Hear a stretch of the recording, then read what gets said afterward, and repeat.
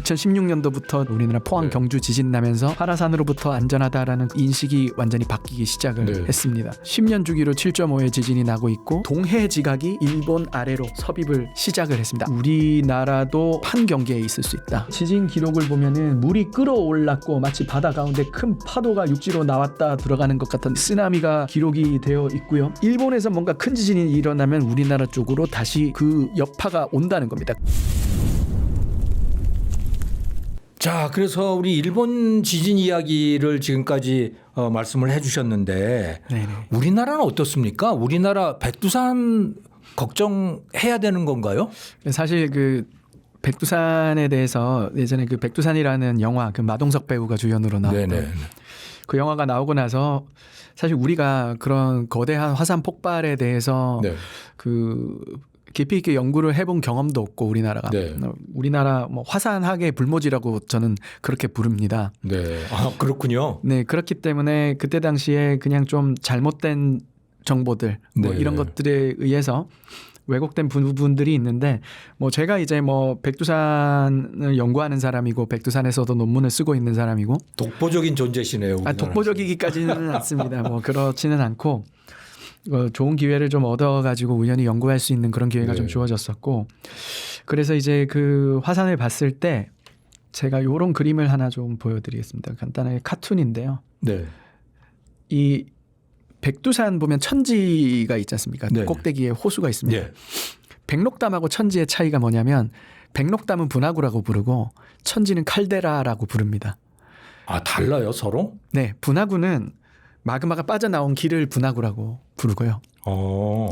칼데라는 뭐냐면 너무 많은 양의 마그마가 한 번에 빠져나가다 보니까 밑에 빈 공간이 생기고 화산이 그냥 싱크홀처럼 내려앉은 겁니다. 그래서 만들어진 구덩이를 칼데라라고 부릅니다. 그러니까 분화구는 화산 물질이 빠져나간 공간, 그 출구, 그리고 칼데라는 화산 붕괴 지형입니다. 무너져 내린 지형입니다.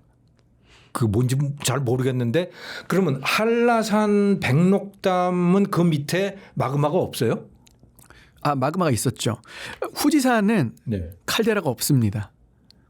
후지산은 분화구의 직경이 네. 100몇십 미터밖에 되지 않습니다. 예. 근데 천지는 직경이 5km입니다.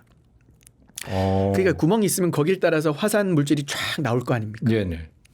그리고 나서 남아있는 그 구멍을 분화구라고 부릅니다. 예. 그렇군요. 근데 칼데라는 뭐냐면 다 빠져나가고 나서 밑에 빈 공간이 있으니까 네. 여기가 그냥 통째로 무너집니다. 땅 자체가 무너졌어요. 네, 화산이 그냥 그 윗부분이 다 무너져 내리는 겁니다. 그러니까 이 그림을 보시면 이해가 되실 거예요. 분화가 일어나죠. 네. 마그마가 빠져나가니까 여기 빠져나가고 있는 이 구멍이 분화구인 거예요. 네. 그런데 지금 밑에 보면 빠져나가서 무너져 버렸죠. 이렇게 폭삭 내려앉아 버렸죠. 네. 그럼 이 구덩이를 칼데라라고 부르는 거예요. 그렇군요. 지금 근데 이제 백두산 같은 경우는 이 천지가 분화구가 아니라 마그마가 빠져나가고 나서 폭삭 내려앉은 함몰 지형인 겁니다. 네. 지금 그런 상태인데 칼데라다. 네. 그래서 이제 보면은 이게 화산이 있고 이렇게 봉긋하게 솟은 화산이 있다가 큰 폭발이 일어나게 되면 이렇게 내려앉습니다. 네. 이렇게 되면 이제 붕괴된 칼데라 지형이 만들어지게 됩니다. 그러면 그 직후에 또 다시 큰 분화가 일어날 수 있는 게 아니라 원래 지형을 회복할 때까지 시간이 필요합니다. 아주 자잘한 분화들이 일어나면서 다시 화산이 부풀어 오르면서 원래 형태로 돌아갑니다. 예. 이 마치 윤회 같은 겁니다. 그래서 큰 폭발에 의해서 내려앉은 이 지형이 다시 메꿔지고 원래 상태가 되면은 다시 또 큰 폭발이 일어나고 원래대로 돌아가고 백두산에서 서기 946년에 이런 칼데라를 만드는 큰 분화가 일어났습니다. 946년에요. 네, 서기 946년. 그런데 이제 백두산에서 그때와 같은 분화가 또 일어나려면 지금 현재 백두산의 상태가 지금 이 상태가 되어 있어야 돼요. 12시 상태에 와 있어야 되는데 지금 백두산은 지금 6시 정도의 상태인 겁니다. 아직 좀 멀었네요. 그렇죠. 이 화산학자들은 이걸 보는 겁니다. 얘가 어떤 이 윤회 주기상에 어떤 곳에 와 있느냐. 네. 키카이 칼데라는 다시 여기로 돌아와 있는 겁니다. 그렇군요. 7,300년 전에 폭발해서 칼데라가 만들어진 다음에 다시 오랫동안 분출하고 다시 부풀어 오르면서 원래 형태를 유지하고 마그마가 안에 충분히 채워진 상태로 다음 폭발이 딱 일발 장전되어 있는. 키카이 칼데라는 규슈의 남쪽 지방에 있는 맞습니다. 그 바다 속에 있는 걸 말씀하신 거죠? 지난 영상에서 예, 맞습니다. 설명하셨듯이. 맞습니다. 네. 그러면 네. 우리 백두산은 좀 멀었다. 폭발하려면. 백두산은 여기 이제 화산학적으로 지질학적으로 들여다봤을 때 네. 백두산은 지금 요 단계에 있기 때문에 그 다음 큰 폭발을 일으키려면 꽤 많은 시간이 필요하다. 아, 그렇군요. 그 중국 과학원에서 네. 중국 지진국 쪽에서 최근 연구 결과가 나온 것이 있습니다. 네네. 백두산 천년 대분화 이전에 그 정도 규모의 분화가 언제 있었는가? 네. 천문봉 대분화라고 부르는 분화 이벤트가 있었습니다. 천문봉 대분화. 네. 예. 천년 대분화 이전에 천문봉 대분화. 천년 대분화는 서기 946년도에 있었는데 예. 천문봉 대분화는 지금으로부터 5만 년 전이었습니다. 그러니까 큰 분화 사이의 간격이 그만큼 멀다는 겁니다. 아. 그러니까 이 한 바퀴 돌아가는 데 걸리는 시간이 백두산의 경우는 몇만 년 정도가 될 수 있다. 아직 멀었다는 얘기고요. 네. 그럼 우리 한반도는 지진은 어느 정도나 걱정을 하고 살아야 됩니까? 사실 제가 대학의 학부 학생으로 있을 때만 하더라도 네. 뭐 우리나라는 판 경계로부터 멀리 떨어져 있는 판 내부 환경에 있어서 지진으로부터 안전하다. 저도 그렇게 배웠어요. 지학 시간에. 맞습니다. 화라산으로부터 안전하다라는 그런 이야기들을 배웠는데 2016년도부터 지진 나면서 우리나라 포항 네. 경주 지진 나면서 그 인식이 완전히 바뀌기 시작을 네. 했습니다. 그리고 이제 최근에 와서는 우리나라도 어느 정도 판 경계에 있을 수 있다. 이런 이야기들이 나오고 있습니다. 제가 그 말씀을 드렸는지 모르겠는데 일본의 서쪽이 판의 경계다. 그 말씀 했었어요. 그 첫 번째 영상에서 맞습니다. 그 말씀 하셨습니다. 네, 거기서 10년 주기로 7.5의 지진이 나고 있고 동해 지각이 일본 아래로 섭입을 시작을 했습니다. 아주 극초기 섭입 현상입니다. 네. 그러면 판이 서로 맞물려 섭입 현상이 있는데 모를 수도 있는 거군요. 모를 수 있습니다. 아. 모를 수 있습니다. 지금 우리가 그럴 수 있다는 거죠? 그러니까 이게 그게 있습니다. 굉장히 성숙된 판의 경계가 있고요. 네. 태아기 형태 단계에 있는 판의 경계가 있습니다. 새로운 판이 생길 수도 있는 겁니까? 그럼? 그렇죠. 판은 갈라졌다가 다시 붙고 갈라졌다가 붙고 큰 시간 단위 하에서 네. 그런 일들이 일어납니다. 지금은 뭐 우리 여러 대륙으로 나눠져 있지만 뭐 한 2억 년 전만 하더라도 초대륙 판게아로 하나의 판으로 전 지구가 하나의 판 덩어리를 붙어 있었거든요. 그게 다 갈라져서 지금에 온 것이고 지금 뭐 이렇게 판이 지금 새로 갈라지는 곳도 지구상에 존재하고 예. 그리고 다시 뭐 바이칼 호수 아시죠? 예, 예. 그 바이칼 호수가 지금 그 유라시아 한가운데가 갈라지고 있는 곳입니다. 정말요? 네, 찢어지고 있는 곳입니다. 지금 그런 곳인데요. 그래서 이제 요 그림 보시면은 여기 보면은 요 부분이 바이칼입니다. 예. 바이칼이 있고 바이칼을 판의 경계로 보는 겁니다. 그렇게 해서 쭉 연장을 했을 때 이게 이제 일본 서해안 쪽에 그 경계로 이어지고 이쪽으로 쭉 오면은 우리나라로. 아이고. 그게 경주를 통과하네요? 그렇죠. 이게 뭐 아직 확정이 되진 않았지만 우리나라에서 지금 뭐 우리나라가 판 경계일 수 있다라는 생각 자체를 한 지가 뭐 10년이 채 되지 않았기 때문에. 이게 하나의 새로운 가설이군요. 네, 가설이고 이건 뭐 저의 논문입니다. 이건 제가 뭐 교수님이 예. 지금 연구를 하고 계시는 거고요. 예, 18년도에 썼던 논문, 23년도에 썼던 논문인데 네. 이 우리나라 쪽으로 우리나라 동해안입니다. 여기가. 동해 지각이 우리나라 동해안 아래로 섭입한다. 아이고. 와. 그로 인해서 우리 동해 지각은 구불구불 휘어지고 아래로 내려가고 우리나라 동쪽은 들어 올려지고 있다. 동고서저 지형의 근본적인 원인이 여기에 있다. 뭐 이런 식의 내용입니다. 태백산맥도 그럼 저것 때문에 올라와 있다는 말씀이신가요? 저는 그렇게 봅니다. 그 해안 당구라고 들어보셨을 겁니다. 네네. 우리 지리 시간에 다 배우는 내용이지 않습니까? 네. 지금 이 해안 당구가 뭐냐면 그 우리 동해안이 계속 들어올려지고 있다는 겁니다.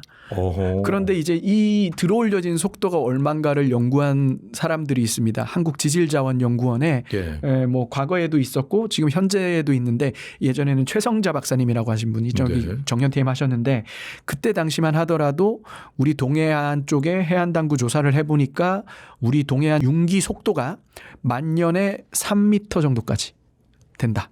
뭐 감이 안 오실 텐데. 그 히말라야 산맥이 네. 지금 만들어지기 위해 융기한 속도가 만년에 9m입니다.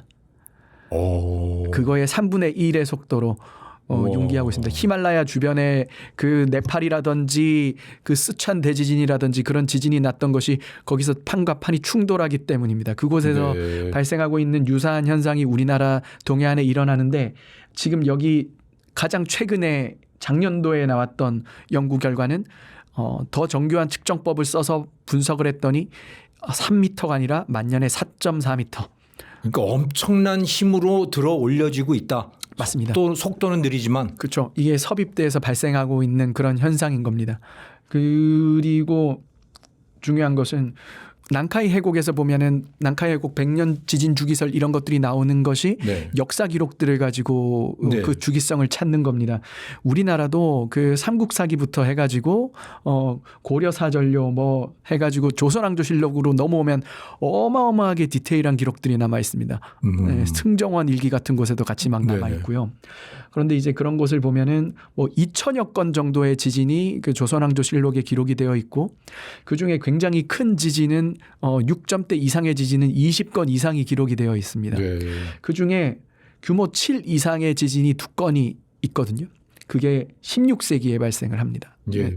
제가 처음에 이야기를 좀 드렸을 텐데 1643년 울산 대지진, 1681년 양양 대지진 이 두 개의 지진이 가장 컸고 여기에 지진 기록을 보면은 물이 끓어올랐고 마치 바다 가운데 큰 파도가 육지로 나왔다 들어가는 것 같은 쓰나미입니다. 쓰나미가 수반이 되고 지진이 나고 나서 지진이 났을 때 보니까 막 땅에서 물이 솟아나고 그곳에 모래가 막 이렇게 분출되어 있고 토양이 액상화되고 하는 현상들이 기록이 되어 있고 양양 대지진 같은 경우는 바닷물 요동 쳤는데 마치 소리가 물이 끓는 것 같아서 역시 쓰나미가 기록이 되어 있고요.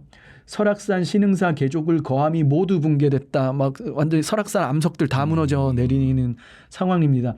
여기서 좀 충격적인 거는 평일에 물이 찼던 곳이 100여 보 혹은 560보 노출됐다. 1보가 얼마냐면 하나 둘 갔을 때 1보입니다. 160cm 정도라고 말을 합니다. 100보라고 말하면 160m 정도가 드러난 겁니다. 지진 나기 전에 해안선이 여기 있었는데 지진 나고 나니까 해안선이 160m 물러난 겁니다. 이게 뭡니까? 24년도 1월 1일 날 노토반도에서 발생했던 지진 때 일어났던 일입니다. 그러니까 여기도 바다 밑바닥이 들어 올려졌다는 네, 맞습니다. 맞습니다. 그러니까 밑으로 섭입을 하니까 위에 있는 걸 들어 올려버리는 겁니다. 네. 그러니까 똑같은 일들이 일어났었던 것이 우리 조선왕조실록에도 기록이 되어 있다는 겁니다. 이게 다 동해에서 일어나는 지진들이군요. 그러니까. 예, 동해에서 지진이 나는 것이고요. 뭐 이런 지진에 대해서 우리 옛날에 일어났던 지진에 대해서 조사를 하는 연구를 이제 고지진학이라고 하고 네. 그리고 또 특히나 역사 기록에 남아 있는 지진 연구를 고고지진학이라고 또 네. 부릅니다.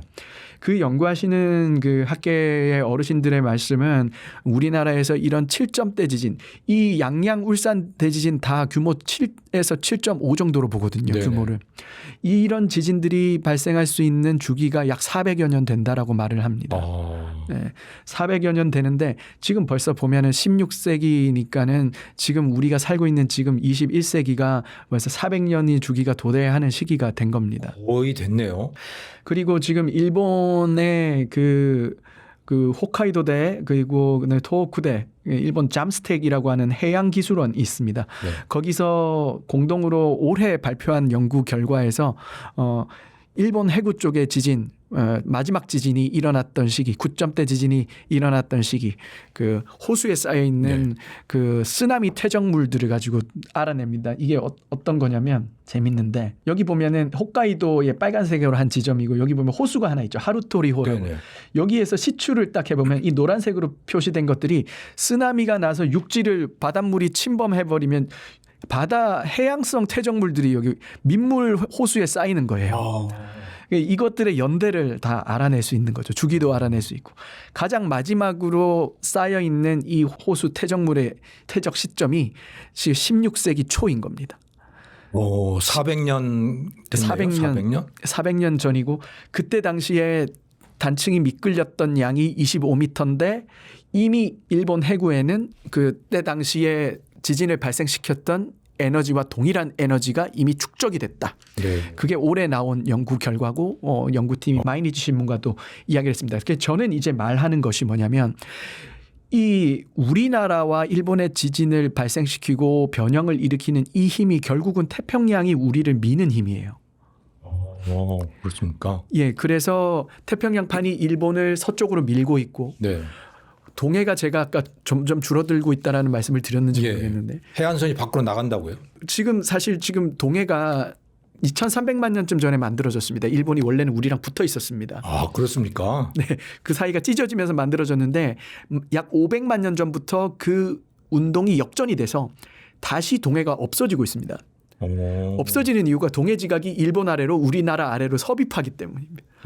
들어가니까 없어지겠죠, 그죠? 네. 그리고 일본은 다시 우리 쪽으로 다가오는 현상인데, 그래서 그 힘의 근본적인 원인은 태평양판이 우리나라를 서쪽으로 미는 힘입니다.